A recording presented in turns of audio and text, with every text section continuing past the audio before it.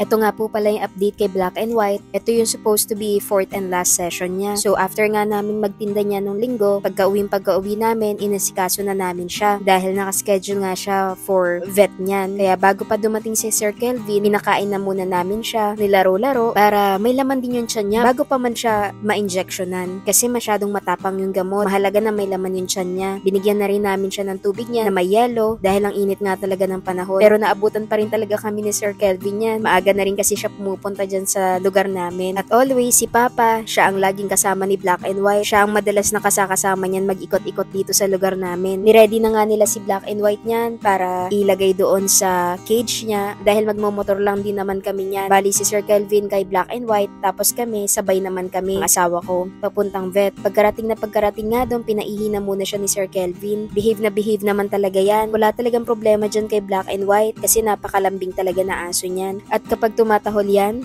hindi malakas dahil nga paos siya. Pero ganun talaga yung boses niya kapag tumatahol. Pero alam ko nakakakutob na siya niya na nasa vet kami. Ayaw na ayaw niyang nagve-vet. Nung una lang ata yan natuwa, pero nung mga sumunod na araw, natakot na rin talaga siya. Alam na alam niya kasi kapag nandyan kami, i-injectionan siya. Hirap na hirap nga kami niyan papasukin siya sa vet. Ayaw niya magpakilo. Pero kahit na nahirapan kami na papasukin siya, ayos lang dahil worth it naman. Alam niya po ba na bumigat talaga siya? Halos nasa 2 kilo din nadagdag sa timbang niya. Sobrang saya ko niyan dahil nakaka-recover na talaga yung katawan niya. At kahit siguro kayo din naman po ng mga nanonood na iba, napansin nyo na ang ganda na rin talaga ng katawan niya. At ayan na nga, nire-ready na ni Doc yung i-inject sa kanya for chemo. Natuwa nga din yung doktor niya niyan dahil sabi niya nga, napakalaki din talaga ng improvement na nagawa ng chemo sa kanya. Hindi na katulad na dati na sobrang pulang-pula, nagdudugo at parang hilaw na karne yung nasa may genital part niya. Pero ngayon, natuyo na at hindi na rin ganun yung kulay. Paunti-unti nang bumabalik sa dati yung kulay niya at yung itsura. At kahit papano, kumipot na rin talaga. Sabi nga ng doktor, nandun pa rin talaga kami sa punto na malaki yung possibility na i-extend pa yung chemo niya. Dahil may mga ganung case daw talaga na bumabalik sa dati. At sabi ko nga, ayos lang na kahit i-continuous namin. Kukuha na lang ako ng referral letter.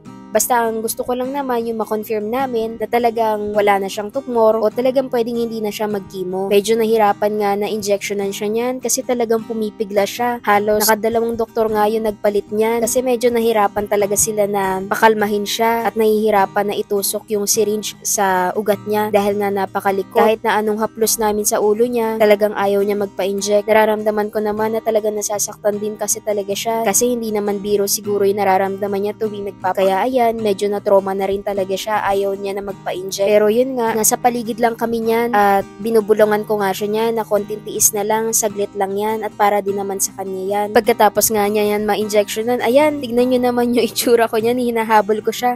Paano, dire-diretso siya niyan, gustong-gusto niya na lumabas. Eh wala pa yung tali niya niyan. Kinakabahan ako na mamaya biglang tumakbo palabas. Kaya ayun, hawak-hawak ko siya sa may leeg. Madaling-madali na talaga siya. Ayaw niya na pumasok doon sa may veterinary clinic. At pagkatapos nga niyan, happy na naman siya. Ayaw niya lang siguro talaga yung feeling na ini-injectionan siya. Kaya ayan, nilambing-lambing muna siya ni Sir Kelvin para mawala yung pagka-stress niya. At ayan na nga yung referral letter. Bali, ayan na din kasi yung last na makakasama namin siya for chemo. Dahil after niyan, mga ilang araw lang, kunin na rin siya nung adapter niya. At ayan na nga, dawin na kami niyan pauwi, pabalik sa bahay namin. Salamat po sa panonood, pagsuporta nyo at pagtulong sa amin financially para matustusan namin yung pangangailangan ni Black and White. Sa lahat po ng naitulong nyo. Salamat po sa panonood at maraming salamat po sa lahat ng tumulong sa amin na mapunan at matulungan namin si Black and White na matustusan yung chemo niya. Maraming salamat po sa inyo. Hindi ko na po kayo mabanggit isa-isa pero alam nyo na po yun kung sino po kayo.